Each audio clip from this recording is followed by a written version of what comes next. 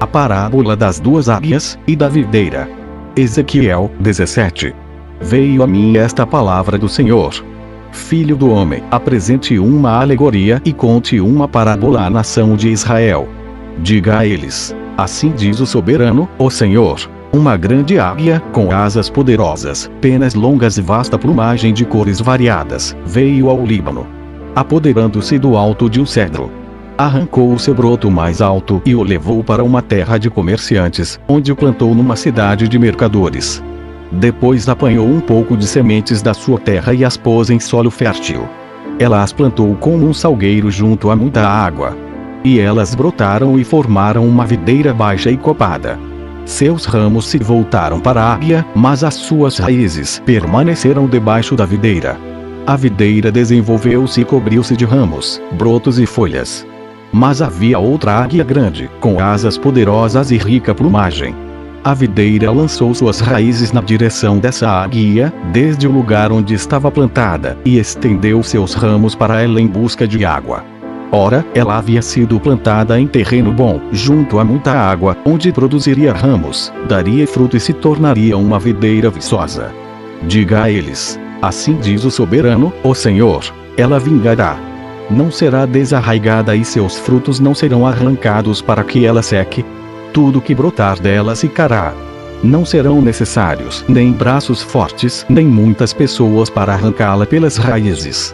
Ainda que seja transplantada, será que vingará. Não secará totalmente quando o vento oriental a atingir, murchando e desaparecendo do lugar onde crescia. Veio depois a mim esta palavra do Senhor. Diga a essa nação rebelde: você não sabe o que essas coisas significam. Diga a eles: o rei da Babilônia foi a Jerusalém, tirou de lá o seu rei e os seus nobres e os levou consigo de volta à Babilônia. Depois, fez um tratado com um membro da família real e o pôs sob juramento. Levou também os líderes da terra, para humilhar o reino e torná-lo incapaz de reerguer-se, garantindo apenas a sua sobrevivência pelo cumprimento do seu tratado. Mas o rei se revoltou contra ele e enviou mensagem ao Egito pedindo cavalos e um grande exército. Será que ele se sairá bem? Escapará aquele que age dessa maneira? Romperá ele o tratado e ainda assim escapará? Juro pela minha vida, palavra do soberano, o Senhor, que ele morrerá na Babilônia, na terra do rei que o pôs no trono, cujo juramento ele desprezou e cujo tratado rompeu. O Faraó, com seu poderoso exército e seus batalhões, não será de nenhuma ajuda para ele na guerra, quando rampas forem construídas e obras de cerco forem erguidas para destruir muitas vidas. Como ele desprezou o juramento quando rompeu o tratado feito com aperto de mão e fez todas essas coisas, de modo algum escapará. Por isso assim diz o soberano, o Senhor: juro pela minha vida que farei cair sobre a cabeça dele o meu juramento, que ele desprezou, e a minha aliança, que ele rompeu. Estenderei sobre ele a minha rede, e ele será pego em meu laço. Eu o levarei para a Babilônia, e ali executarei juízo sobre ele porque me foi infiel. Todas as suas tropas em fuga cairão à espada, e os sobreviventes serão espalhados aos ventos. Então vocês saberão que eu, o Senhor, falei. Assim diz o soberano, o Senhor: eu mesmo apanharei um broto bem do alto de um cedro e o plantarei. Arrancarei um renovo tenro de seus ramos mais altos e o plantarei num monte alto e imponente. Nos montes altos de Israel eu o plantarei. Ele produzirá galhos e dará fruto e se tornará um cedro viçoso. Pássaros de todo tipo se aninharão nele. Encontrarão abrigo à sombra de seus galhos. Todas as árvores do campo saberão que eu, o Senhor, faço cair a árvore alta e faço crescer bem alto a árvore baixa.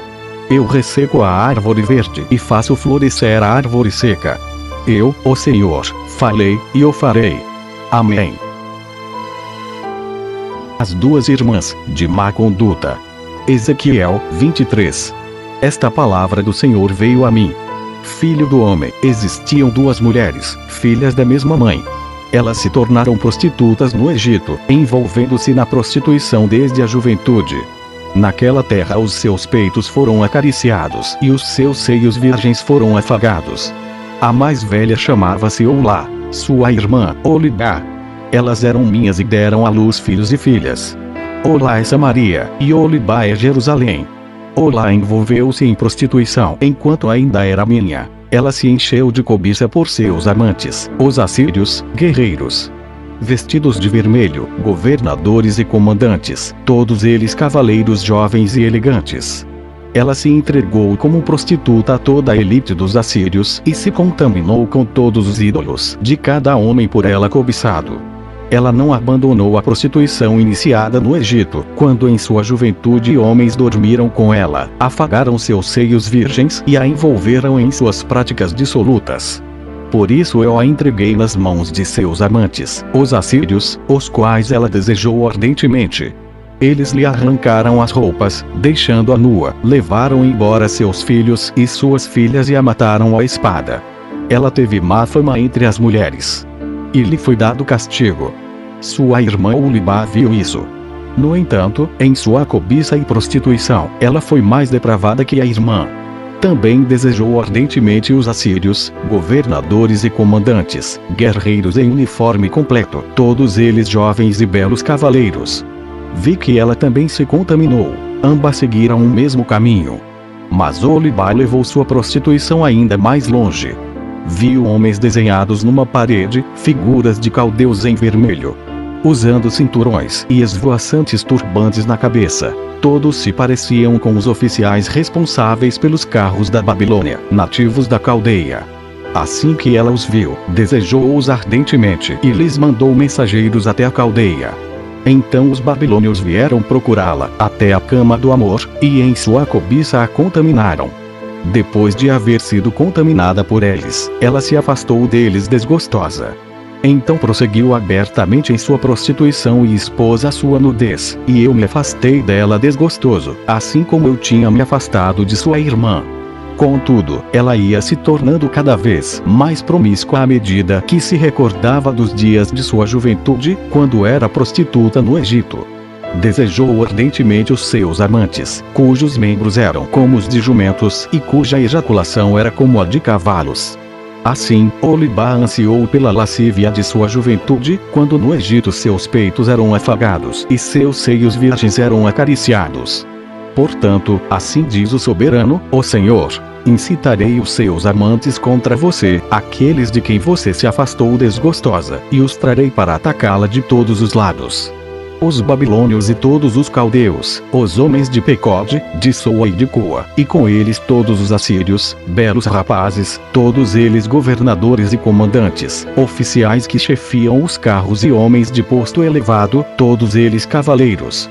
Eles virão contra você com armas, carros e carroças, e com uma multidão de povos. Por todos os lados tomarão posição contra você com escudos grandes e pequenos e com capacetes. Eu a entregarei a eles para castigo, e eles a castigarão conforme o costume deles. Dirigirei contra você a ira do meu ciúme, enfurecidos, eles saberão como tratá-la. Cortarão fora o seu nariz e as suas orelhas, e as pessoas que forem deixadas cairão à espada. Levarão embora seus filhos e suas filhas, e os que forem deixados serão consumidos pelo fogo. Também arrancarão as suas roupas e tomarão suas lindas joias. Assim darei um basta à lascívia e à prostituição que você começou no Egito. Você deixará de olhar com desejo para essas coisas e não se lembrará mais do Egito. Pois assim diz o soberano, o Senhor: estou a ponto de entregá-la nas mãos daqueles que você odeia, daqueles de quem você se afastou desgostosa. Eles a tratarão com ódio e levarão embora tudo aquilo pelo que você trabalhou. Eles a deixarão despida e nua, e a vergonha de sua prostituição será exposta. Isso lhe sobrevirá por sua lascívia e promiscuidade. Porque você desejou ardentemente as nações e se contaminou com os ídolos delas.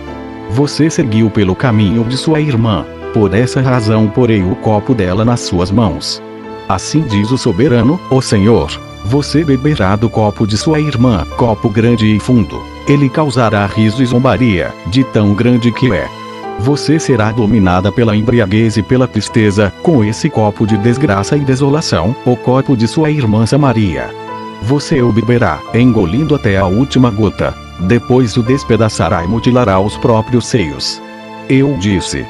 Palavra do soberano, o Senhor. Agora, assim diz o soberano, ó Senhor: Visto que você se esqueceu de mim e me deu as costas, você vai sofrer as consequências de sua lascívia e de sua prostituição. O Senhor me disse: Filho do homem, você julgará Ulá e Ulibá? Então confronte-as com suas práticas repugnantes. Pois elas cometeram adultério e há sangue em suas mãos. Cometeram adultério com seus ídolos. Até os seus filhos, que elas geraram para mim, sacrificaram aos ídolos. Também me fizeram isto. Ao mesmo tempo contaminaram o meu santuário e profanaram os meus sábados. No mesmo dia em que sacrificavam seus filhos a seus ídolos, elas entravam em meu santuário e o profanavam. Foi o que fizeram em minha casa. Elas até enviaram mensageiros atrás de homens, vindos de bem longe, e quando eles chegaram, você se banhou para recebê-los, pintou os olhos e pôs suas joias. Você se sentou num belo sofá, tendo à frente uma mesa, na qual você havia colocado o incenso e o óleo que me pertenciam. Em torno dela havia o ruído de uma multidão despreocupada. Sabeus foram trazidos do deserto com homens do povo, e eles puseram braceletes nos braços da mulher e da sua irmã e belíssimas coroas na cabeça delas. Então eu disse a respeito daquela que fora destruída pelo adultério, que agora a usem como prostituta, pois é o que ela é. E eles dormiram com ela. Dormiram com aquelas mulheres lascivas, Olá e Ulibá, como quem dorme com uma prostituta. Mas homens justos as condenarão ao castigo que merecem as mulheres que cometem adultério e derramam sangue, porque são adúlteras e há sangue em suas mãos. Assim diz o soberano, o Senhor, que uma multidão as ataque e que elas sejam entregues ao pavor e ao saque. A multidão as apedrejará e as retalhará a espada. Matarão seus filhos e suas filhas, destruirão suas casas e as queimarão. Dessa maneira darei fim à lascívia na terra, para que todas as mulheres fiquem advertidas e não imitem vocês. Vocês sofrerão o castigo de sua cobiça e as consequências de seus pecados de idolatria. E vocês saberão que eu sou o soberano, o Senhor. A ira de Deus contra o pecado. Romanos 1. Portanto, a ira de Deus é revelada dos céus contra toda a impiedade e injustiça dos homens que suprimem verdade pela injustiça. Pois o que de Deus se pode conhecer é manifesto entre eles, porque Deus lhes manifestou. Pois desde a criação do mundo os atributos invisíveis de Deus, seu eterno poder e sua natureza divina, têm sido vistos claramente, sendo compreendidos por meio das coisas criadas, de forma que tais homens são indesculpáveis. Porque, tendo conhecido a Deus, não o glorificaram como Deus, nem lhe renderam graças, mas os seus pensamentos tornaram-se fúteis e o coração insensato deles obscureceu-se. Dizendo-se sábios, tornaram-se loucos. E trocaram a glória do Deus imortal por imagens feitas segundo a semelhança do homem mortal, bem como de pássaros, quadrúpedes e répteis. Por isso Deus os entregou à impureza sexual, segundo os desejos pecaminosos do seu coração, para a degradação do seu corpo entre si. Trocaram a verdade de Deus pela mentira, e adoraram e serviram a coisas e seres criados, em lugar do Criador, que é bendito para sempre. Amém. Por causa disso Deus os entregou a paixões vergonhosas. Até suas mulheres trocaram suas relações sexuais naturais por outras, contrárias à natureza. Da mesma forma, os homens também abandonaram as relações naturais com as mulheres e se inflamaram de paixão uns pelos outros. Começaram a cometer atos indecentes, homens com homens, e receberam em si mesmos o castigo merecido pela sua perversão. Além do mais, visto que desprezaram o conhecimento de Deus, ele os entregou a uma disposição mental reprovável, para praticarem o que não deviam. Tornaram-se cheios de toda sorte de injustiça, maldade, ganância e depravação. Estão cheios de inveja, homicídio, rivalidades, engano e malícia.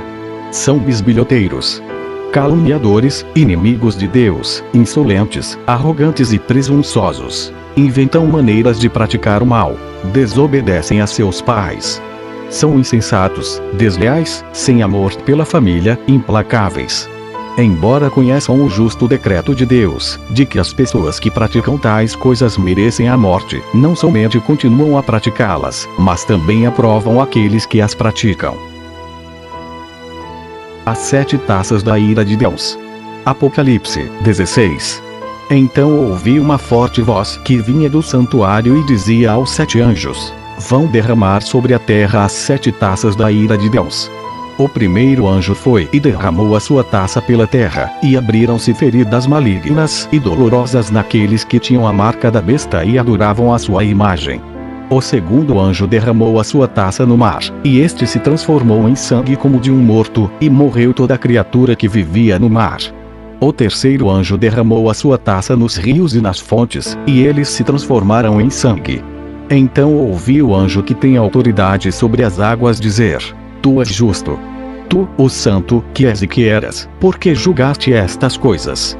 Pois eles derramaram o sangue dos teus santos e dos teus profetas, e tu lhes deste sangue para beber, como eles merecem.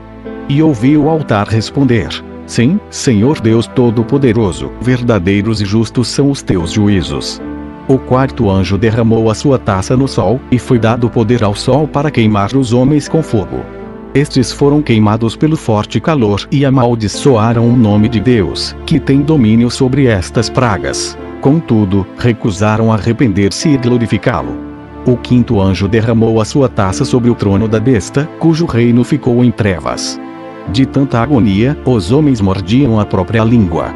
E blasfemavam contra o Deus dos céus, por causa das suas dores e das suas feridas. Contudo, recusaram arrepender-se das obras que haviam praticado.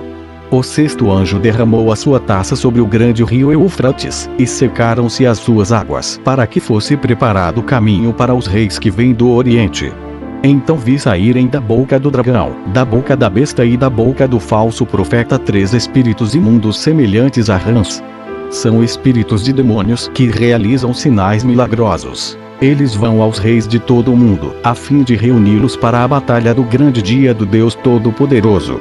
Eis que venho como ladrão.